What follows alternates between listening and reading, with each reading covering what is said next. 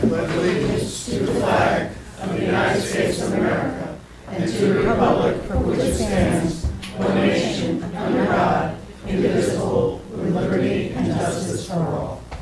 Thank you. Good evening, one and all, and good evening to the town of Highlands. We are going to start off our public comment with some predetermined public comment.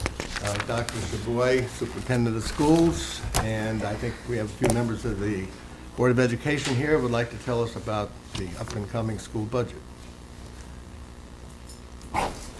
First off, thank you to the town board, Supervisor Livesey, for allowing us to come again. We have with us as well Denise Sedera, who is our Assistant Superintendent for Business. We have Mr. Kelly and Mr. Koutsaratis from the school board.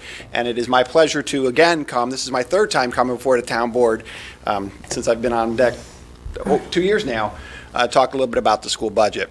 Denise, if you'll just come up in case I missed something. So this year's school budget is generally considered a rollover budget. We have one additional position. It's a special education teacher. It's a K-2 multi-age teacher so that we can continue to educate our children in district as opposed to sending them out. But generally speaking, this is a rollover budget for the most part. It preserves all of our program currently and doesn't add pretty much anything other than that special educator.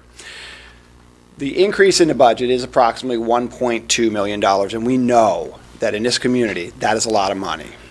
Approximately $700,000 of that is actually 100% out of our control because it represents increased health premium costs for the health plan for all the employees of the district.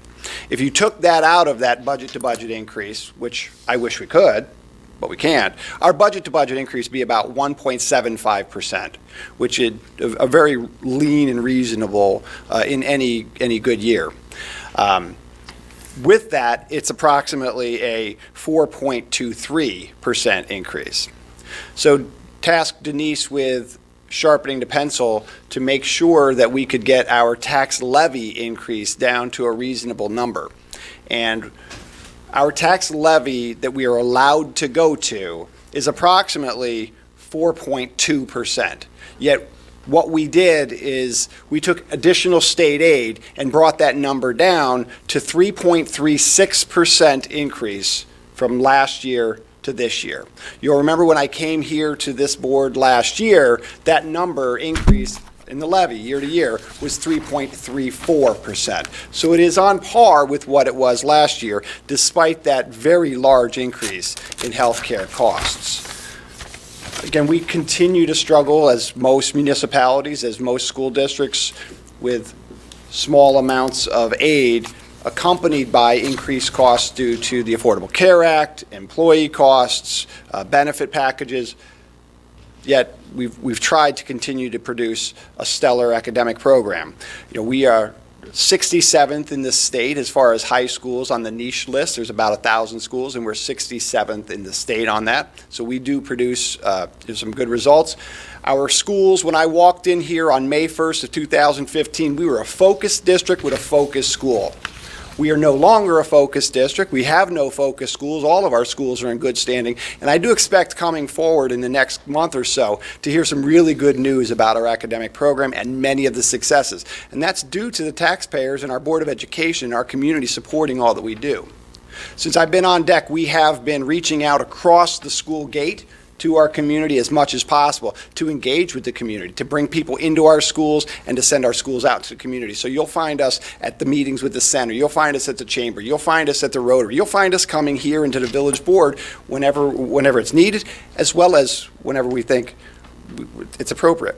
We've been to the Highlanders and we organized our first senior citizen prom because we recognize that we can't, as a school institution, just keep taking. We have to give back a little bit. And that's something that we've been working very hard on to make sure our community knows that we're here to support the community as well as take that support from the community. I'll let Denise speak to any more of the specifics on the budget, and then I'll take questions either from the town board, supervisor, or anybody who happens to be in the audience here. So as Dr. Chaboy said, our budget is $29,759,008. That's what the board approved on April 20th. It's a 4.23% increase with a tax levy increase of 3.36%. It was very hard to come forward and try to stay within the means of not just the district, but we understand with the taxpayers, because of 7% of our lands is taxable. We are in constant contact down in Washington, D.C. As everybody's aware, we receive our impact aid. We were really worried about that, but we have word that there's a $2 million increase, not to our district, but to the pot of money, so we should be intact for the next few years. So that's the good news that we have. And Dr. Sheboy said the good news is teachers are intact, programs are intact, so the students will have what they need with this budget, so we can move forward. So if there are any questions from the town board, the supervisor, or anybody around, we'll gladly entertain any questions that may exist. I have a quick one. Certainly. Impact, you mentioned impact aid. Do we still have to go beg for it every year? We have to go advocate for We it, advocate. absolutely, Mr. Lipsy. Beg is a better word. Yeah, we're still there. Well, and I think it's important to recognize that not only have we been going through the traditional means, but I went down most recently and met with 7 members of the Appropriation Committee on a federal relations outreach program, so that we could hit those congresspersons and senators who are on the Appropriations Committee, those people who write that bill. Yeah. And I was very happy that, 2 days later, they came out with fiscal year 17's budget finally. Instead of just CRs, continuing resolutions, they came out with a budget. And we're hopeful and confident that 18, they'll restore. If you remember back, if you listened to any of the board meetings, for 6 years in a row, the executive budget zeroed out the impact aid that we get. Zeroed it out. That would be about a $3.4 million hit to us. And really, that'd be a $3.4 million hit to the taxpayers in this community. So that's why we continue to fight for that. Our hope is that in fiscal year 18, the federal government recognizes zeroing that out is a political play. Don't play politics with 10 million children throughout the United States, because that's what we're talking about, the children who are impacted by impact aid. It's not just the 1,000 in Highland Falls and Fort Montgomery. It is 10 million throughout this country who benefit from the federal government paying its share of taxes finally. And that's how we look at it. The federal government paying its share of taxes because they own so much of our land. So, yes, we go and advocate for it. All right, great. Anybody else on the board? Dr. Sheboy, with the 3.63 increase in the levy, can you... 3.36. 3.36, thank you. Oh, backwards. Can you give us an idea, like a figure of what the Much? average... Yeah, absolutely. Thank you. So the impact on a house valued at $230,000, which is the normal number that we use here, is about $161 year to year. Okay. And I will say, if you happen to look at the Times Herald record, I know we have News of the Highlands here, but they had this nice interactive chart in there. There was a district that, it looked like their levy was going down 0.98%, yet if you looked at what was their impact on a house valued at about $200,000, it was $160. So even though their levy went down, their individual taxpayers are still going to pay more. So, again, we could have gone $90,000 more. We could have. That would not have been fair to the taxpayers. So when we got that additional aid, we rolled it right against the levy.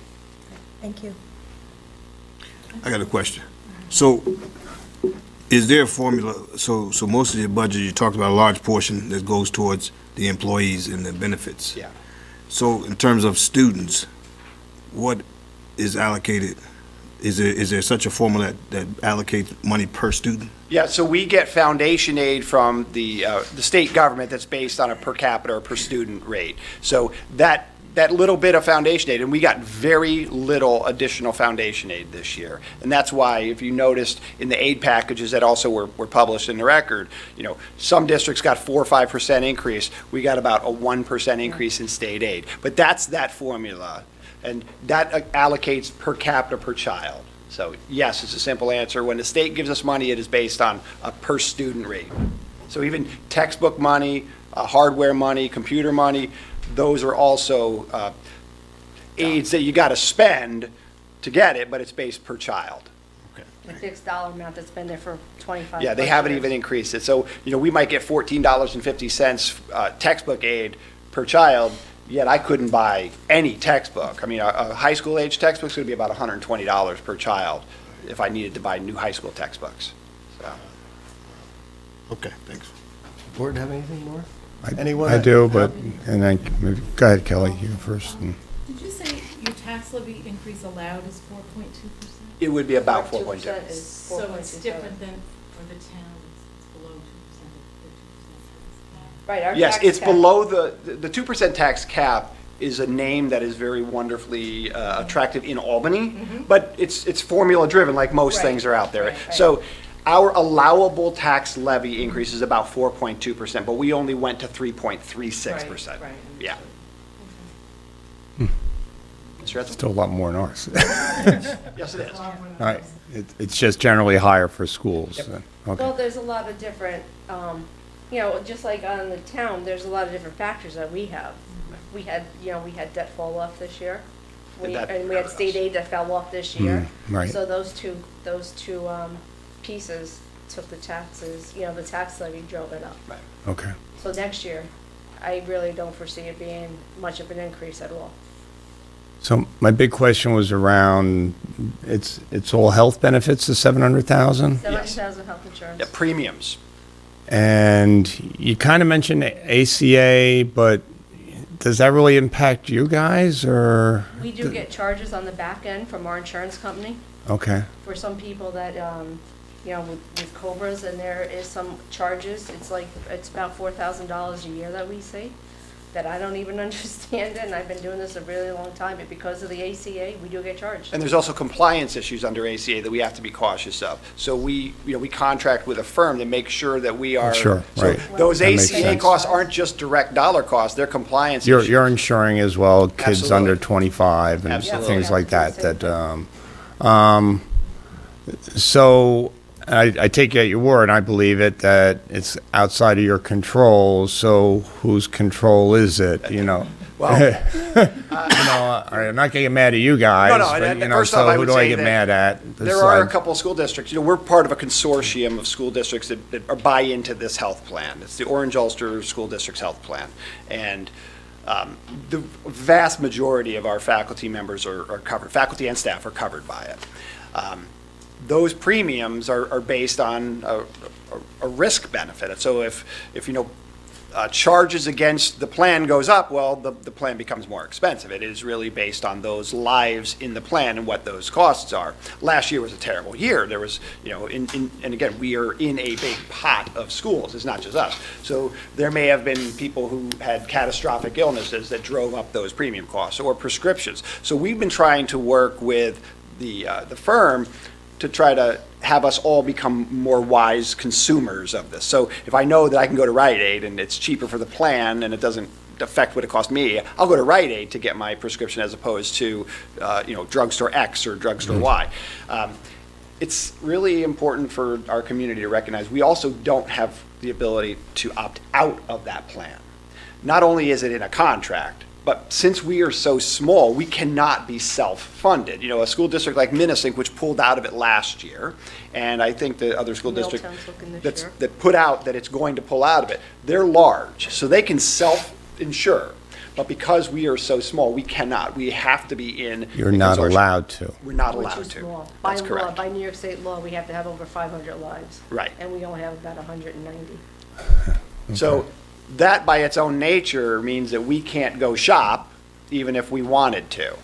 Could you repeat? So you can't opt out unless you have more than 500 people on the plan? 500 lives. Right, we can't be self-insured. We can't- 500 lives? Yes. Oh, Right. like, so a family is 5 lives? Could be, yeah. All right. So because the other schools opted out, it makes it more costly for the ones that are left in the pool. Yep. Right, and that's only going to be for a short period of time until those claims are paid off. So we're at a point right now where we're looking to see some stabilization, yeah. leveling off of that, because that district pulled out almost a year ago. So a lot of those claims have been paid off.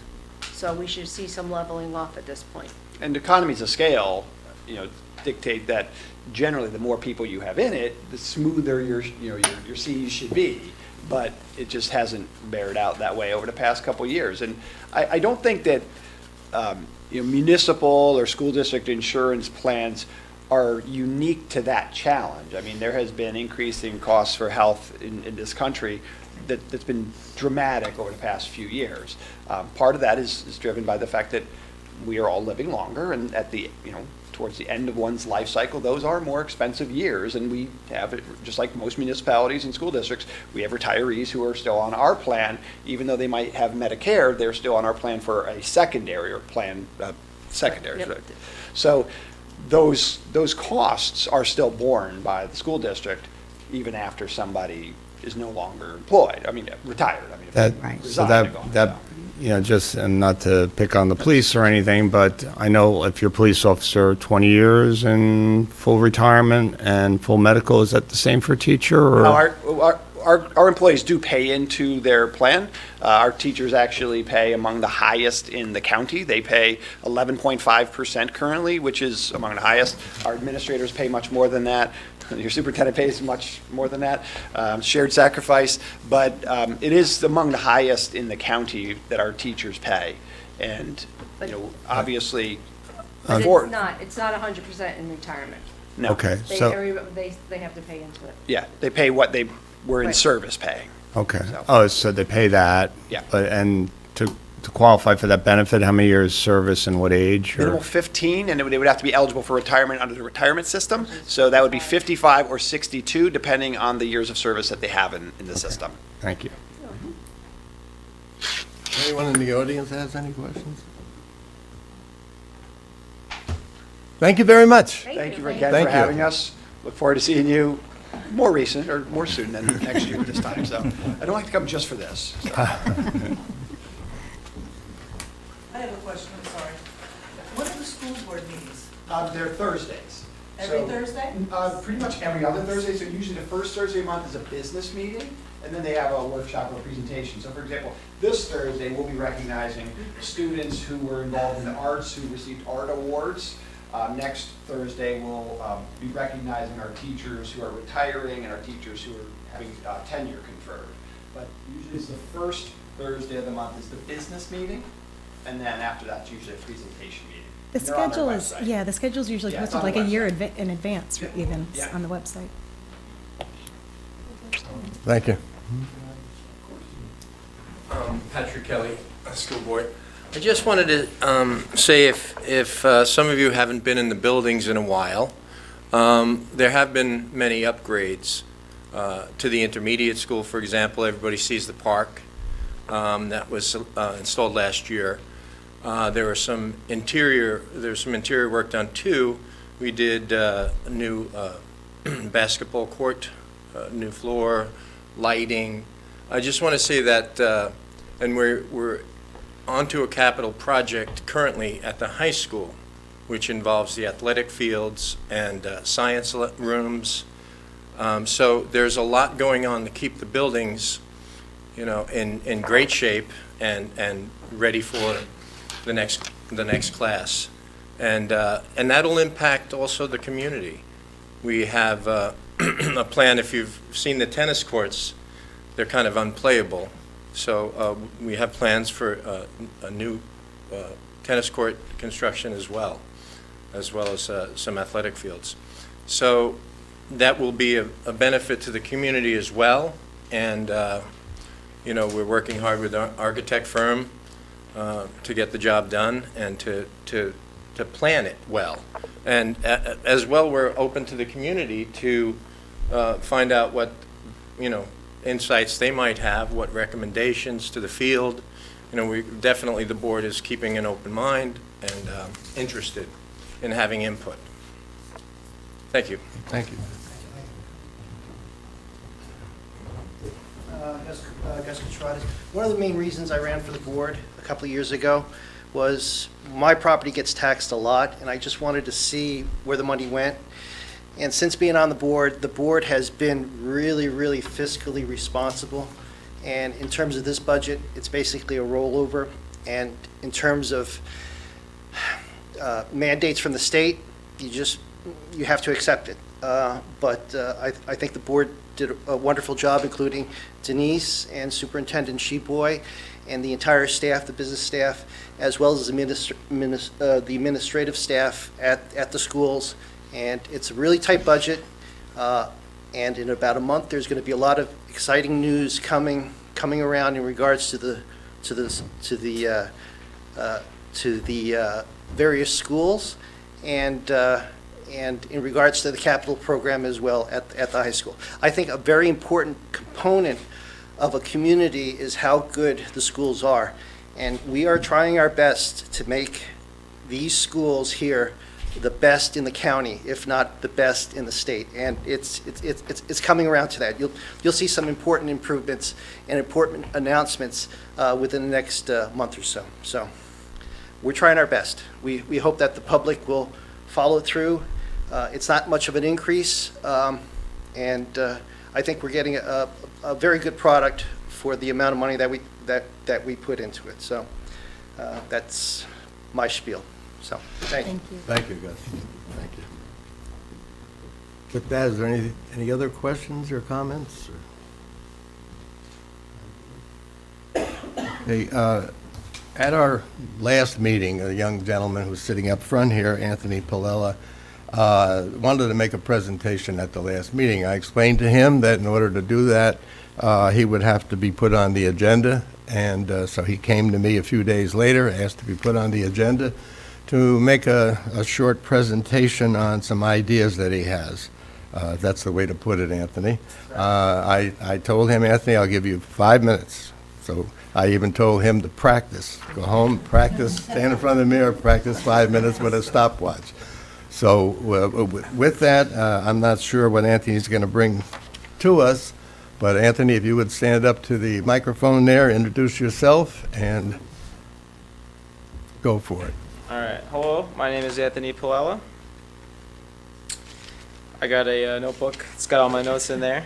Thank you, Mr. Livesey. Hello, ladies and gentlemen. Thank you for being here to listen. In the name of the Father, the Son, Holy Spirit. Amen. Our Father, who art in heaven, hallowed be thy Anthony, name. I told you, please. No soliciting. I'm not asking for money. The two things you can't do is evangelize and ask for money. Okay. Okay. All right. So my name is Anthony Palella. I have an idea where we as a town would utilize the solid bedrock we have in the area and bore caves into it. My plan was that everyone in town would live in these caves. After everyone has transitioned to living into caves, we would transition to our other aspects of life. But for now, we'll just talk about the caves. As part of my plan, the businesses in town would finance the whole project of boring caves. Now, what I have done already is gone to all the businesses in town about my idea and told them that for my idea, they would need to save for it. I have also been encouraging them to go to church for Sunday and daily Mass. One business in specific has already started saving for my idea, and that business is Crispy Crunchy Chicken. What I've also done is I've gone to Ondeora and Old State Road, door to door, spreading my idea and encouraging people to go to church for Sunday and daily Mass. The people who I've talked to want more information. The majority of the people who I've talked to want more information, and they want a petition. They want to put their name down for something that I can hand into to make it official, to say, hey, I'm interested. So I will form a petition. There will be signatures. There's still a lot of streets in Highland Falls I'm going to hit. The benefit of living in caves is that it's simpler living. This kind of living will be a whole new experience for the community. Tying in with this living goes with staying local and making the community better, and taking care of your parents and seniors. So I want to get the town, village, leaders, and citizens in on the idea so we can form a more thorough plan with costs and that sort of deal. And then I brought two pictures here. This first picture is a company that mines for granite in Fishkill, New York. So Fail Industries, they've carved these giant steps into the mountainside. I'll pass these around.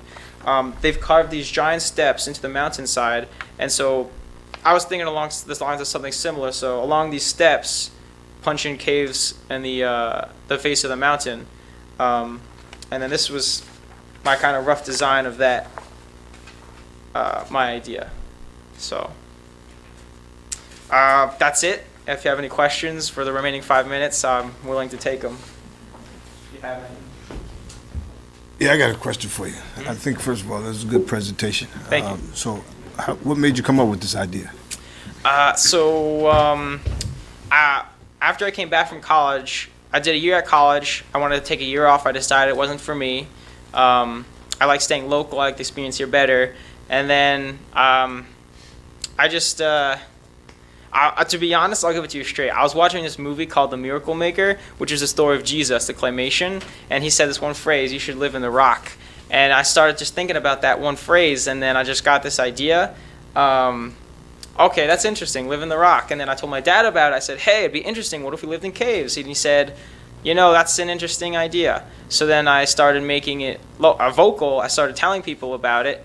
And that's kind of how I got here. So Thanks. It's interesting. it is interesting. Any questions, town board? No. Bill? Is there any questions from the audience? I have a question. Shoot. Where's this property? I mean, most of the property is spoken for in Highland Place. Yes. A lot of buildings already. Where are you thinking about putting these caves? Good question. I was hoping we could get like Bear Rock Mountain. It's big, big mountain. I think West Point owns it. I did look into that a little bit, but I was thinking maybe a deal could be made. But if all else fails, there's still a lot of bedrock between the Hudson River and that mountain that we have to work with. So, but I was thinking Bear Rock Mountain. There's Cranberry Mountain, Long Pond Mountain, Turkey Mountain. All these like mountain ranges. They got these small elevated pieces of bedrock that we could use for it. So, good question. In the back, Jim. Hello. Yes. I think you just need to think about your idea. Instead of caves, maybe call it eco-friendly housing. Okay. I'm serious, I'm listening. So, try to do some more research on eco-friendly housing. Okay. It's definitely out there. Mm-hmm. It may not work in this area, but your idea may work somewhere else. Okay. We are limited in our land. That was pointed out, but that doesn't mean this cannot be your starting point. Small patches somewhere. And don't give up. Thank you. Appreciate that. And, Mr. Palella? Yes. Are you encouraging the entire village and town to abandon their homes and live in caves? That's right. Cave living. Yes. If you don't have to pay taxes, Actually, it's funny you mentioned that. My plan, and this is kind of getting into a thorough, my plan was that once we transitioned to, once everyone transitioned to cave, my hope was that, and this is kind of a long shot, when everyone works locals and stays local, we as individuals won't have to pay taxes. We would just make enough money for ourselves, so just one department, one bank would just pay state tax and federal tax, which is mandatory. So individual people won't have to worry about that. Just one, we all contribute in the community to make money, and then just that bank, one bank we have, will just worry about the state and federal tax that we have to pay, because that's what we have to pay. So, good question. Anthony, thank you very much. You did a very nice presentation, and I appreciate you staying within your limits. Thank you. Thank you. Thank you, Mr. Lizzie.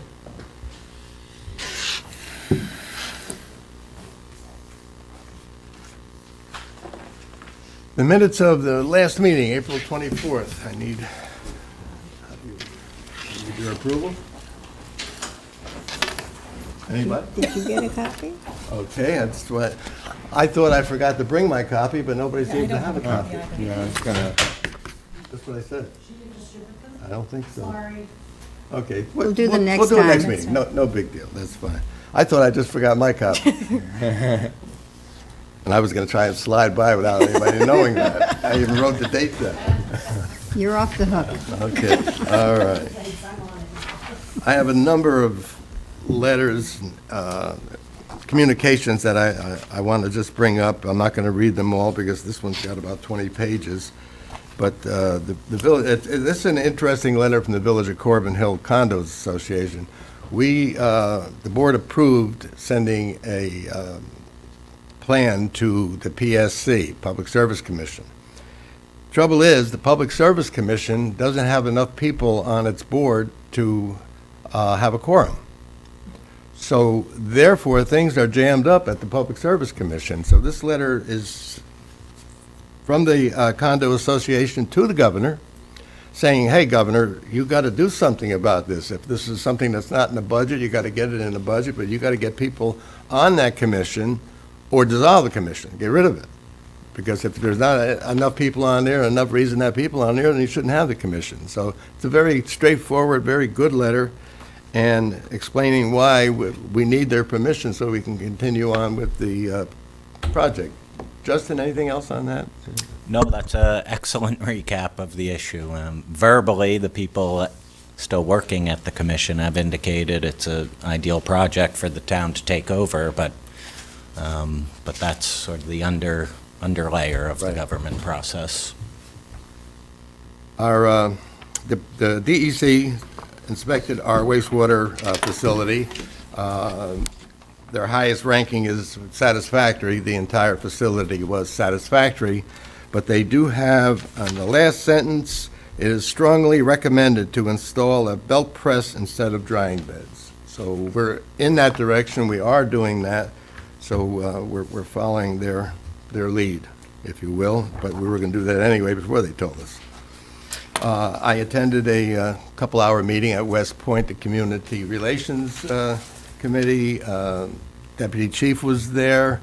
A number of people from the county were there, including our county executive. And the Community Relations meeting is held 4 times a year, and it's just for us to sit around a round table with everybody on West Point that has a department, such as the military police, the hospital commander, the engineers, and just talk about what they're doing on West Point, what we're doing in the town and the village, and what we could do better, and if there are any problems, we bring them up at these meetings. So they're very good meetings. We have, as you know, with the Corbin Hill project, we're actually buying certain infrastructure. One of those things is the water tank. We finally got the report on a water tank, which needs some work, but it's in good condition. I think Good condition. what we got today. Correct. The report today. So it's in good condition. It needs a few $1,000s put into it to bring it up to perfect condition, but we're okay with that. So I have, I'll copy this and put it in everybody's box. I sent out to all the departments in the town a request for a 5-year plan, a 5-year forecast on what they might need. I'm requesting a 5-year plan from all the departments. I'd like this by the end of May. This would be used to subsidize existing reserve funds and, if needed, to create new ones. Your plan should include the following: equipment, new equipment replacement costs, price, delivery, installation, and old equipment demolition and/or removal and/or salvage value. Any training costs for the new equipment, maintenance cost of new equipment, useful life of new equipment. Why are we replacing, these are questions that I'm posing. Why are you replacing old equipment, and what is the need for the new equipment? What will be needed in a reserve fund to purchase the equipment, or will a bond be needed? What I'm trying to do with this is to get away from the bonds, so we don't have to bond anything. We just bonded a $250,000 truck, which we didn't have enough money in the reserve fund. We bought 2 trucks.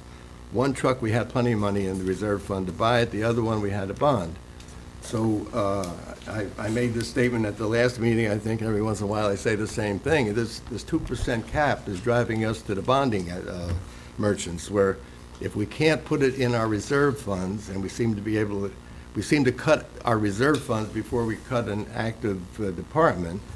So if we keep cutting our reserve funds, more and more we're going to go to bonding, and that's not cost effective. I received a letter from the Highland Falls Fort Montgomery School District signed by Dr. Chaboy, and basically this is requesting some more control on 9W in the school zone. We used to have lights down there. For whatever reason, they took the lights away. I think the highway got more busy And that should be more reason to have the lights there, but in order to have a school zone, the traffic has to go at 15 miles an hour. They're not going to bring that traffic down to 15 miles an hour. So what I'm looking for, and Dr. Chaboy is looking for, is some kind of blinking light saying school ahead rather than school zone. That word, a play on words, but nonetheless, if we could get that done from the state. So I want to follow his letter with a letter from us. Why, I'm Yes, sorry, yeah. why won't they make it a school zone? Because it's a four-lane highway, I guess, if you want to put it that way. I'm just thinking, we're asking the state to study Storm King Mountain to Yeah. lower that speed. Yeah. Well, basically, that's what And we, that that's there's what we a are far more doing now. need for the speed to be Yeah. lowered in front of a school. Yeah, no, I mean, that's what we are doing with this. We're trying to tell them, hey, look, it is a school zone, and we really need it Right. identified as such. That's frustrating to me. Uh-huh. And I don't see why they couldn't have signs that are lit during school hours and not lit during the summertime, that type of thing. Certainly with technology, all those things can be done. All right. That's communications. I probably have something else that I missed, but that's okay. We paid out $271,793. The larger items are Friends of Mindock Park. This was a grant reimbursement. Kelly, this is where the grant was reimbursed through us, and we gave it to the Friends of Mindock Park. Landfill charges was $21,731. Highland Falls Library, $59,250. That's quarterly, they get that. Mr. Shed got $2,000 for recreation supplies. That's up on, I think that was a donation, wasn't that, if I remember right? It was. Okay. MVP Healthcare got $23,306 for our group insurance. O&R for streetlights got $3,577. The State Comptroller for Justice Court fees got $22,373. And the Village of Highland Falls for water charges got $117,309. That's biannually. And it's about the same each charge, each bill. Board liaison reports. Sir? Let's start with the ladies. All right. So I am still catching up on quite a bit from when I was away, but I just wanted to say regarding the NYSERDA, the high-impact actions that we've taken, so far we've taken 2, and that we need to do 2 more. And I was just brushing up on some of the ones that Councilman Edsel and I had looked at and spoken about. And in the next week, I plan on working on that some more to see, what we can do next. In particular, there was the one about the a training for employees, and so I'm going to need to probably speak with Superintendent Patterson and possibly the building department about getting that going. The doors are all open. Yes. I mean, when you have Yep. time to go to these Yep. people, make sure that Yep, for sure. you go in and So get- there's that, so that's just something I'm working on, and then I just wanted to, I let the board know I had a wonderful conversation with one of our residents, Kathy Keene, the other day, who's got some great ideas, and I think she might speak to us a little bit during public comment for some projects that we might take on, and we're going to be talking more about that as well. That's it for me for today. Councilwoman. Okay. I went to a meeting, it was held by the Association of Towns, and it was regarding centralizing the courts. And in addition to the Association of Towns addressing this, and I'm not sure this is a good idea, nor do they think it's a good idea, our judges are not in favor of it, and the Orange County Police Chiefs are also working on it. They're not really in favor of it either. For departments or communities small ones or lying on either end of the county, it's going to be an expense. I also went to the center. Ann Molina hosted a meeting. She had both of our judges. She had the deputy chief for the town of Highlands and the chief for the town of Highlands, and they all spoke and tried to, with the community residents that were there, trying to come up with ways to improve things and work together. I attended the village board meeting just to sit in and listen on May the 1st.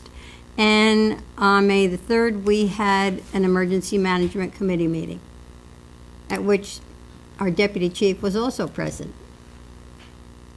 And he's an extremely good resource because he knows a lot of people that we can use. Very good, very good. That's it? That's it. Thank you. Aye. Yeah, a few notes here. Good evening, everyone, and good evening to the folks at home. So, attended a meeting last week with the Senior Advisory Council, and it went very well.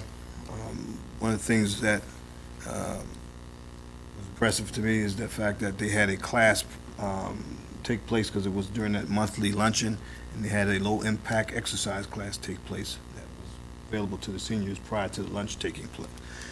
And I got a chance to participate in that, you know, so. Oh, yeah? Did you handle it? That was the first time I did physical fitness since I retired from the Army.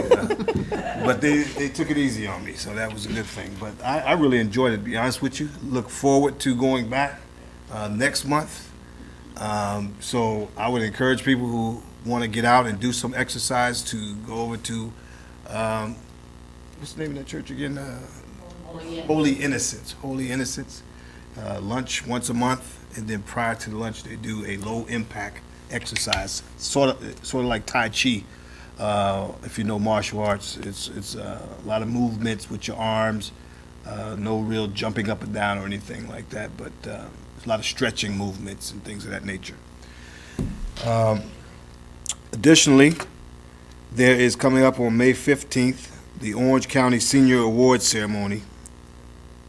And we have a bus that will leave from Sacred Heart approximately 9:30 a.m. on the 15th, and the seniors will have lunch at, I think it's pronounced Kuhl's, Kuhl''S.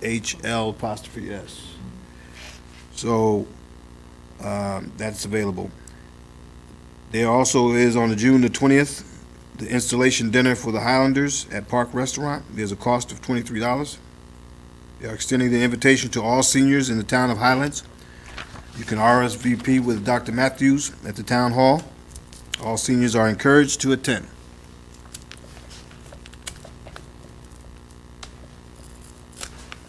And April 25th, the seniors went to Monticello Casino. I heard this was a very good trip. Maybe somebody in the audience could tell us about it. But I heard April 25th, 2017, the seniors went to Monticello Casino. And somebody walked away with $800 in winnings. So it was a good day. 2,000. Was it 2,000? 2,000. Wow. Wasn't me. It was. Okay, lastly, Dr. Matthews is working to collaborate with community to resources to expand transportation options so that they can continue to provide seniors with a monthly trip. Certainly, the seniors enjoy going to the casino, but they're also looking at other opportunities. And so the more people that participate in these things, the more that we can get resources justified to pay for these things. So I want to encourage the people who's listening at home and everybody in the audience to please get the word out about these trips so we can get more people to participate. And that's all I have. Thank you, sir. The trip to Cool's Highland House, I think the paper said it would be through Dial-A-Bus, but it's not Dial-A-Bus, but I think we are getting a bus. Coordinated bus, that's right. Bill? We have the High Point utility on the agenda, so I guess I'll speak to that at that point. Just want to thank the John Trish Willis for opening their home Saturday to the Vision event, and a lot of Vision people, myself not included, that worked very hard to get that nice event going this past Saturday. Thanks to Pat Patterson for his help with the well out at the Patriot Garden, and I think you mentioned this last meeting, just Kevin Hurst's actions, when that truck overturned, protecting the water supply and so forth, Can't, Fantastic job. yeah, and he's a village employee, but, people outside the village also use that water supply, and thanks to Kevin, we have good drinking water, so. I did see something on Facebook, not that I really look on Facebook very much, but I did see something where there was a little conversation about oil slicks in their drinking water. Well, at this point in time, we're getting our water from Lusk Reservoir, and there is nothing from that stream coming into the plant, nor did anything from that stream get into the plant. So if there's oil slicks in your drinking water at home, there's something wrong at home and not with the water coming into your house. I'm sure we'll be notified when we're put back on to our regular stream of water, but until that time, we're just getting it out of Lusk Reservoir. It comes into the front of the plant, this Highland Falls side of the plant, and then it's pumped around the plant, and then it's put in where the normal stream would come in. So it's Lusk Reservoir water right now is what we're drinking, and it'll probably still be a couple of weeks, if not longer, for the remediation of that stream. I goofed up before we go any further on is there any public comment on our agenda items? I skipped that, and I didn't mean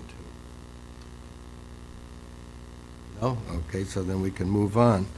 The first item is disposition of a consolidated planning board member. And Justin, you said you would like to address that. Sure, I could summarize that resolution for the board if you'd like. It's a resolution to confirm the vacating of a planning board seat as a result of incompatibility of offices. The deputy mayor's here, but Jim Ramus was appointed to the Consolidated Planning Board. He then won election as a village trustee, which creates an analysis of whether those offices are incompatible. There can be statutory prohibitions or common law rule prohibitions. Case law has established a test for both a subordination of offices as well as inherent inconsistencies. In this instance, all three of those really apply.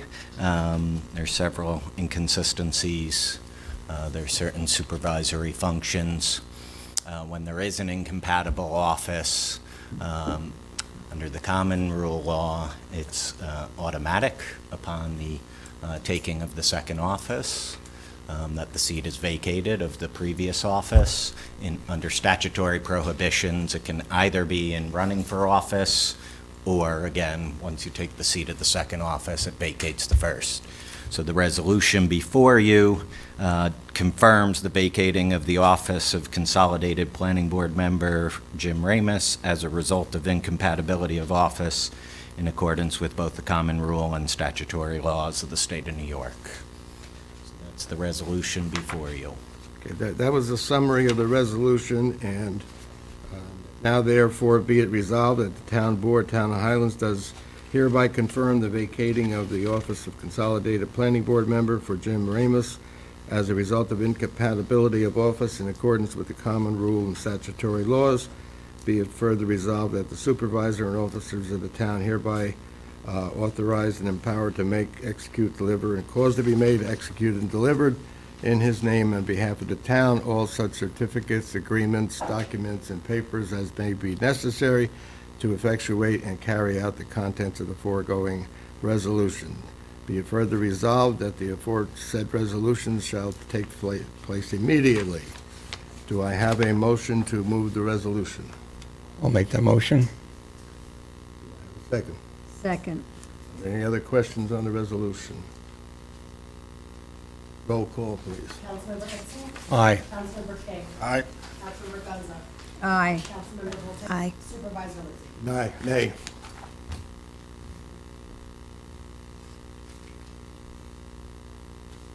Okay. I have a resignation from Patrol Officer Dwight Joyce, please accept this letter as my notice of resignation from the Town of Highlands Police Department, effective the close of business on May the 23rd, 2017. A motion to accept the resignation? I'll make that motion. Second. All in favor? Aye. Opposed? So carried. Bill, if you would talk to us about High Point Utility. Appreciate the board's consideration for this. I see it as just a, well, just let me speak a little bit about High Point Utility. The group, I'd have to say that John Dodson, who is, in my opinion, a great American, and we're fortunate to have him in this community, has been working very hard to help us realize an opportunity. And I think even John would admit in some ways it might be a moonshot. It's always very difficult trying to work with the federal government. You're not just working with West Point, you're working with the Department of Army in trying to accomplish something that would be mutually beneficial for both the military academy and for our local community. The opportunities include leveraging the extra capacity in the village sewer plant to bring more revenue into the village. It includes potentially bringing more hydropower into this community, and perhaps someday avoiding a near catastrophe like we just had with the truck spill over there. It involves potentially bringing more natural gas into the community. That might even get to the school district. All these things, if West Point is able to work with a small private utility company and the town in order to work with a local entity like Orange and Rockland, or to just accomplish some of the things that the military academies and the Army are trying to do and privatize things that are not central to their core mission. That's kind of what this High Point Utility LLC is trying to facilitate. Again, it's a bit of a moonshot. This resolution that Justin helped wordsmith and get ready for us, I believe, he can correct me if I'm wrong, is just trying to give some standing to the HPU so that in the eyes of the federal government or whoever else, or perhaps another private firm, sees the group as having some legitimacy. The village board had done a similar resolution a while back, I believe. So I just think there's no cost to the town, there's no harm, no foul, and I would ask the board to kindly consider this. Now, this High Point Utility Incorporated has no actual connection with the village, and nor will it have with the town. It's completely separate from both? Well, the only form, I'm not sure what John's current standing is, and he's asked, I brought it to your attention, I brought it to the town's attention that along the same lines, John would like to consider us to, nominate him as an engineering resource, that wouldn't cost the town any money. Again, just to say that he's a town engineer, rather than just a private citizen. His standing with the village right now, I'm not sure, since the local election, what that is. So there might be that link there. Beyond that, I can't think of any. I know Mervin's been invited to participate, and I am on the board of this. That'd be one of my questions, Justin, whether I need to recuse myself, because I don't see any financial benefit. It's not a paid position for me or for anyone else on that board. No, At this point, no, not simply in a resolution request for support. If ultimately down the road there's financial considerations, you may want to recuse yourself at that point. The LDC is a legislative creation, right? It's statutory. The laws allow for it. It's a creation that certain governments use, just as the name suggests, local development corporations to explore certain areas that's harder for a sitting government to sit and do. So they're fairly commonplace. You'll see other municipalities use them. You've seen the county government use them at different points. And they do tend to have an appointed board that then takes control. So occasionally, depending on the nature of it, there could ultimately be some funding issues. But those are specific, at least in this resolution, right? That if the town is being asked for any funding or to support any project that would require funding, that's all coming back to the town for its separate consideration. This is simply a support of the concept of exploring the utilities that are being privatized anyway, right, based on the federal legislation. So I guess that's my quick. And the wordsmithing was mostly not drafted by me. I did fine-tune it a little to really look forward rather than backwards, because I don't think the board has a full understanding of the formation process of the LDC and the things they've worked on to date. So it's prospective. It's looking forward. I should just speak to, why am I on that board? I don't have a lot of free time either. I don't spend a lot of time on this, but I was asked to join the board because of my experience, my past experience. I mean, I ran utilities for a campus much like West Point, for a good part of my career, with cogeneration and waste treatment and high voltage power and hedging gas. This is, really up my alley, so it's just... So at this point, we're supporting them. Anything further will come back before the board? Absolutely. Okay. And there's a public meeting, once a month. The next one's on the 23rd at the library. People are welcome to attend.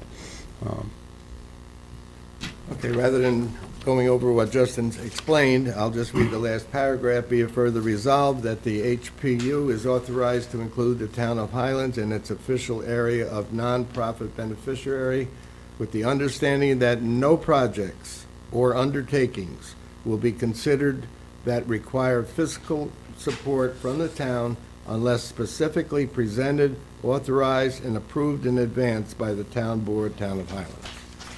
I'll ask for a motion to move the resolution. So moved. Second. Roll call, please. Councilmember Edsel? Aye. Councilmember Kay? Aye. Councilmember Gonzalez? Aye. Councilmember Voltaire? Aye. Supervisor Lipsy? Aye. We have a request from our building department through suggestions that have been made to him on our building department fees, and in particular, a fee for manufactured home permits. First, we have to pass this resolution authorizing changing of it, Justin? Yeah. Why don't you explain this one also? Sure, please? sure. The building inspector had some areas in the code that he wasn't collecting fees for. They're fairly standard. One's an electrical permit, a tank removal permit, drilled well permit. Those are all fairly standard in most communities, and they're modest charges, $50 fees. There is an existing manufactured home permit, but there's been some question over how to best apply it definitionally. So setting a flat fee, there was a look at the other communities in the area to see what some of their charges were, and this falls somewhere in the middle. So he recommended these new fees, and it's simply a resolution adopting the new fee schedule for building permit fees. Any questions on this? As for a motion to move the resolution authorizing building department fees pursuant to Chapter 210 of the Code of Town of Highlands, and they are $50 for an electrical permit, $50 tank removal permit, $50 drilled well permit, and for a manufactured home permit, it's $500. I'll make that motion. To move? by Bill, seconded by? By Ty. Roll call, please. Councilmember Edsel? Aye. Councilmember King? Aye. Councilmember Gunzer? Aye. Councilmember Voltaire? Aye. Supervisor Lopes? Aye. Kelly, did you have anything? Deputy Chief, did you have anything for us? We are actively looking at that speeding area on 9W. We direct the patrols to go down there. Thank you, thank you. Yeah, I noticed that on 9W are signs that warn you about your speeding and what have you. When we first put them in, I could sit out on the porch of the restaurant and see these taillights coming on all the way. There's a lot less taillights coming on, so I suggested that along with those signs, maybe for a while, we step up enforcement on 9W. To let people know that we're out there and the lights are going and you're speeding.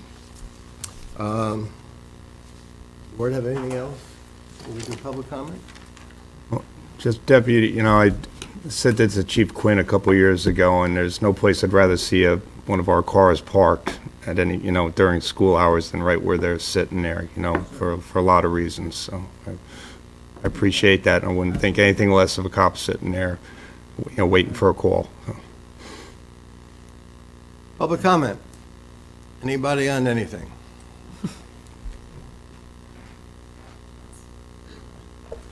Good evening, Joan Cronin. I would like to thank Colleen and Debbie with the dial-a bus. They do a wonderful job with that bus. It's really great, and thank them very much. Yeah. And now getting back to the seniors. We need a senior coordinator, full-time. That there's nothing, and the repairs that have to be done there, in the main room, there's 2 holes in the ceilings that are open, and there's no stove. We got lots of tables and chairs, but nothing going on there. All over the country, no matter where you go, the senior places, them doing everything for Main Street, the center there, and they're forgetting us seniors. Thank you. Thank you, John.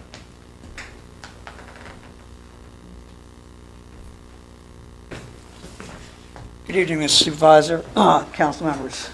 Just a couple quick things. Speeding. I was at the oil spill cleanup up there, and I was there a couple of different times, and the traffic goes through there very fast. So Where the workers are? right where the workers are. God forbid we have an accident up there. So I was hoping that, being that the town patrols that area, maybe you could get an extra patrol, or, like Mr. Edsel said, even park a dummy car up there for the day. That sort of kind of slows people down when they see one up there. So, I noticed Deputy Chief, I think he wrote something down, but if not, he's got it up here. yeah, you know what I mean? I mean, because they're working for the best interests of not only the village, but the town, because we all need that water.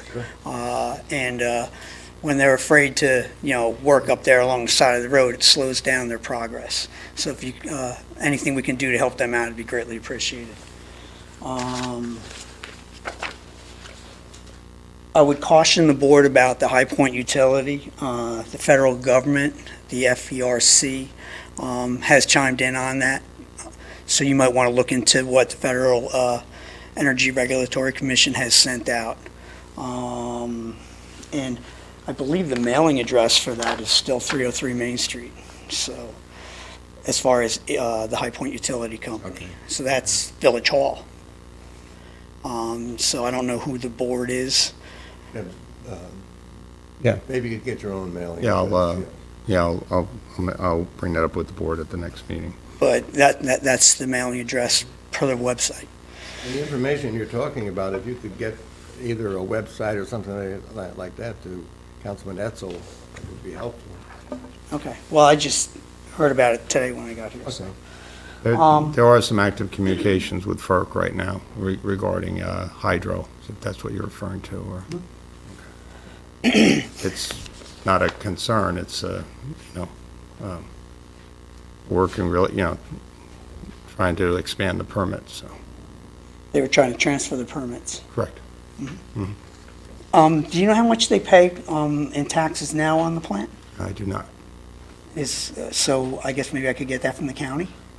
How much energy electric do they produce now? Right None, now, right? my understand that's None, private. right, It's right. privately held right now. That the idea is to turn that over to either the private utility Mm-hmm. or to a municipality or to even a third party at some point.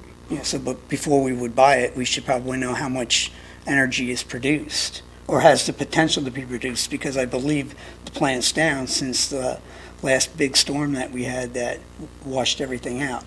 Well, So per if we the could find- resolution, there wouldn't be any of this board movement until the financials were discussed. Right? Mm. I think that's, like I said, most of these are moonshots, Jim. Mhm. But I would think it'd be great if this community someday owned a hydro plant, Right, given the right financials, but. yeah, and put it in the proper locations too. I mean, the last time when that hydro plant first went in down there, we used to be able to catch the herring and the shad. They would come up Buttermilk Falls, and when I was a little kid, this big. And once that hydro plant went in, it devastated the ecosystem, and those fish never came back up to spawn again. So those are the things that we need to consider before hydro. Look, I'm all for hydro, I'm all for solar, geothermal. This gentleman had some good points here about, eco-friendly housing. But, everybody's going geothermal. I see a lot of the new larger houses that are getting built are going for the geothermal.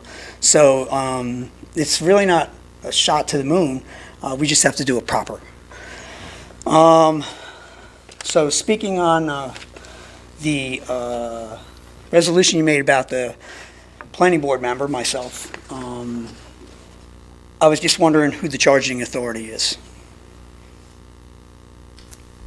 I'm not sure I understand the question. It's the town board action. The town board has the jurisdiction over the consolidated planning board based on the agreement. So the town board did it.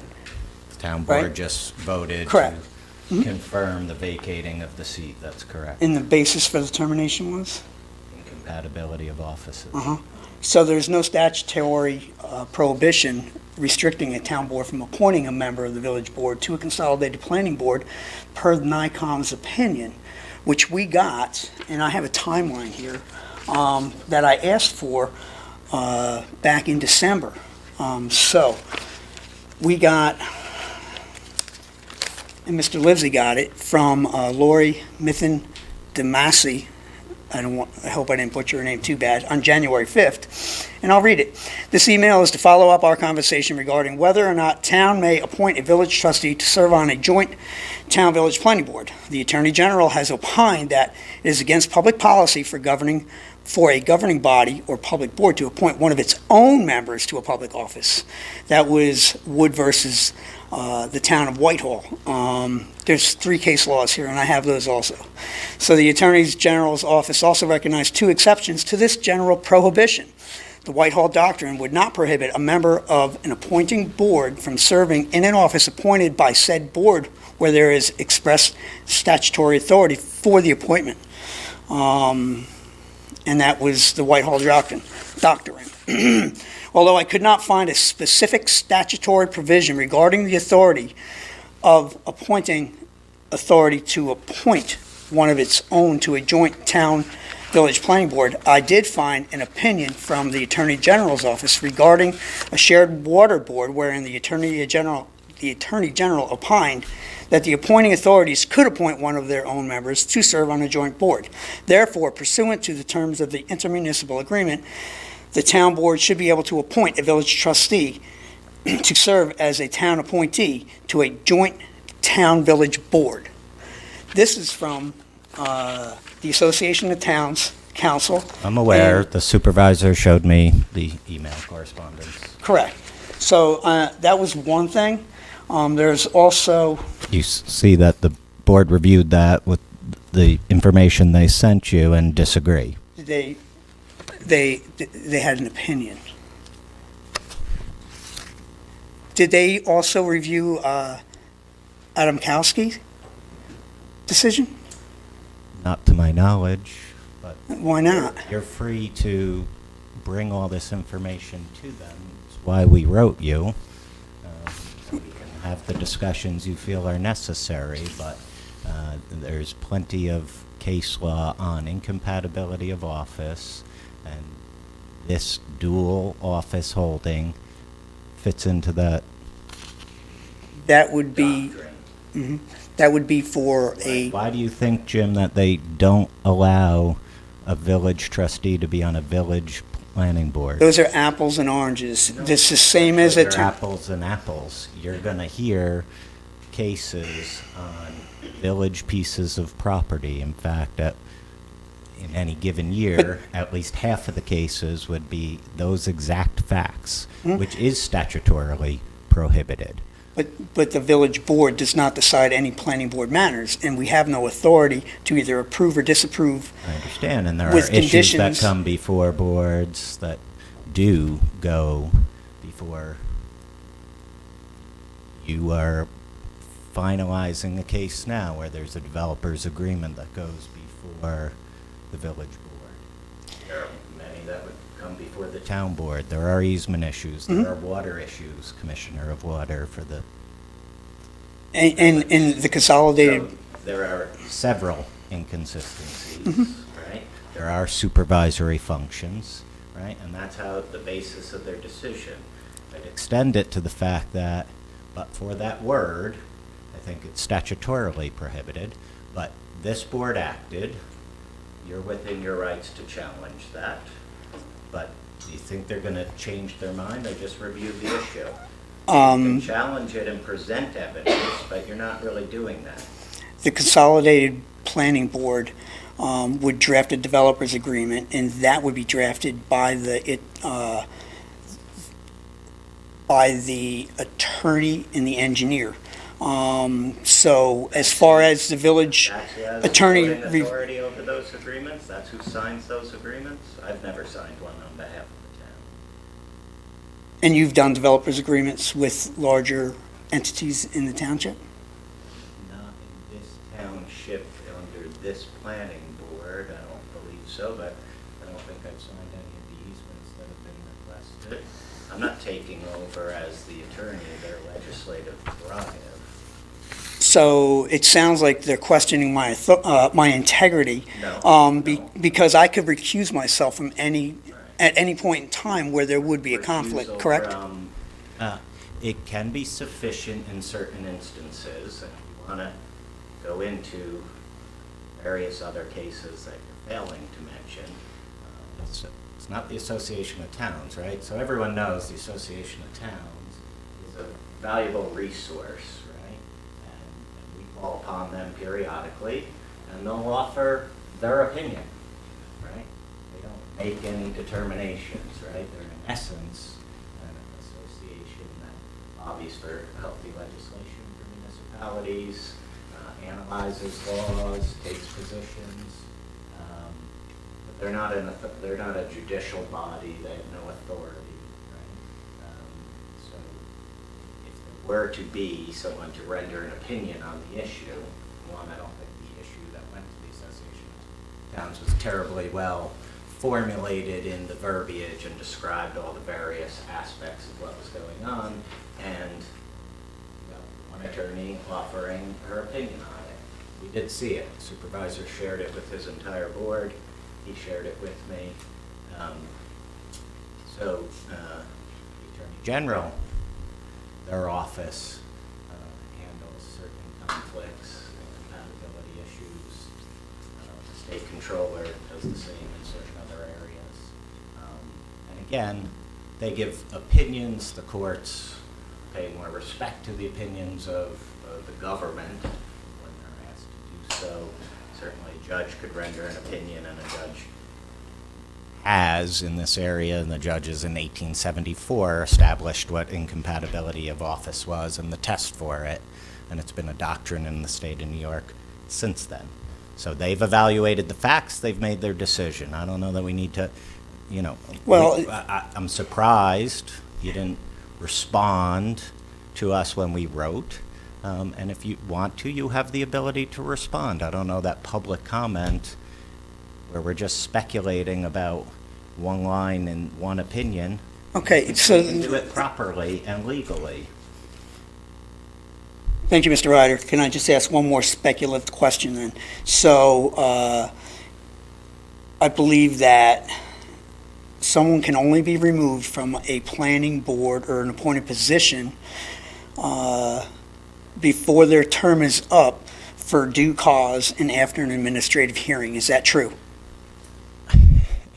So again, you're asking one question. Again, the doctrine on incompatibility of offices, it's in the resolution, is that upon taking the second office, your first office is vacated. That's under the common rule law that goes back to 1874. If there is a statutory prohibition, it tells you, depending on how well the statute is drafted, as to whether it comes up when you announce that you're running or upon taking office. It's operation by law. It's automatic. You didn't take the words of the council when they advised you of that, so you asked them to vote. They voted. It's confirming the vacating of the seat. Different than removing you for cause.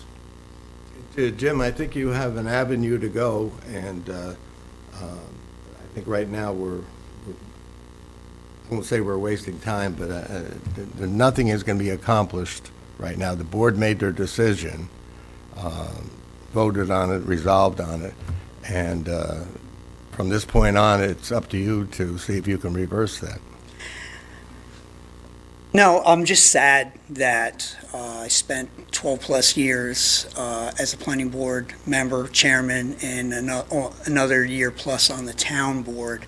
And I believe that you're losing a good asset. I think I have the integrity to know when to recuse. I know there are other members on the board that recuse themselves from different votes for various reasons, and rightly so.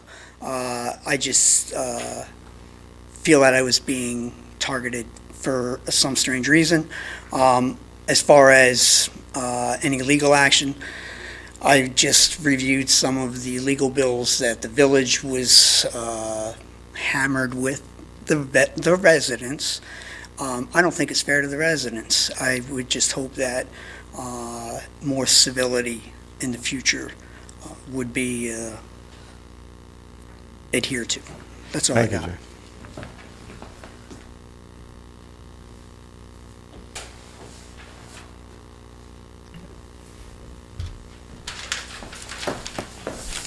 Hi, Kathy Keene, Village of Highland Falls, and I just wanted to talk to you about two quick things. All right, spring is here, and I don't know if you guys are familiar, I'm always big about the zombie houses. So anyhow, the town of New Windsor has a really unique way of dealing with homes that are not being taken care of, and it's a great way to make money. So if you talk to the village attorney in New Windsor, he can tell you about how they implemented a fine for grass that's tall, about 3 feet tall. What they do is they hit the banks with a $1,000 fine. Banks don't care about a couple hundred, but you hit them with a $1,000 fine consistently, you'll make money. And the way they worded this was it had to be an abandoned home. They do have a lot up there. We do have a lot here.